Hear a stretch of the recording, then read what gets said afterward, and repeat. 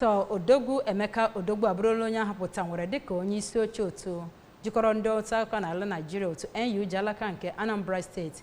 n'oge o nwetachara vootu dị otu narị na ụma 73 o ji wee merie onye ogbo ya bụ Conrad Ngozi Obileri bụ onye nwetara vootu 40. Onye ọla bụ Kenechukwu dekọrọ anyị na ebe nhọpụta nke nwere na Godwin Ezemo International Press Center Ọka na Maazị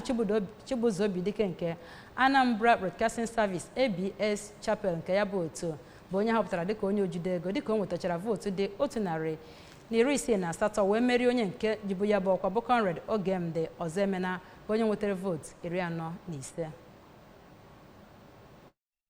Isi oche nke Credential Committee haziri mmemme nhọpụta ahụ bụ Dokinta Stanley Ọnụnkwọ kwusiri ike na ntuliaka ahụ bụ nke gara ọfụma nke a ga na-enwomi wee na-eme ntuliaka nke ngalaba ahụ ga-adị n'iru ka ọ na-agwa ndị nta akụkọ ABS okwu ka a kpọchara ya dịka onye meriri na ntuliaka ahụ. Dokinta Odogwu kwere nkwa na ọ ga-aga n'iru mee ọhụma karịa nke o megoro na mgbe ọ chịburu, nke ihe ọ ga-agba mbọ ya na oge ugbu a bụ ka e nwee ihe pụrụ iche na ọnọdụ ndị nta akụkọ yanakwa ime ka ọnọdụ ha bawanye mma na oge ọchịchị ya. N'okwu nke ya, Comrade Chibuzo bụ onye kenere ngalaba NUJ dịka esi nye ya nkwado ịtụrụ ugo mmeri na ntuliaka ahụ ma kwekwe nkwa na ọ ga-eme ọfụma ịhụ na ngalaba NUJ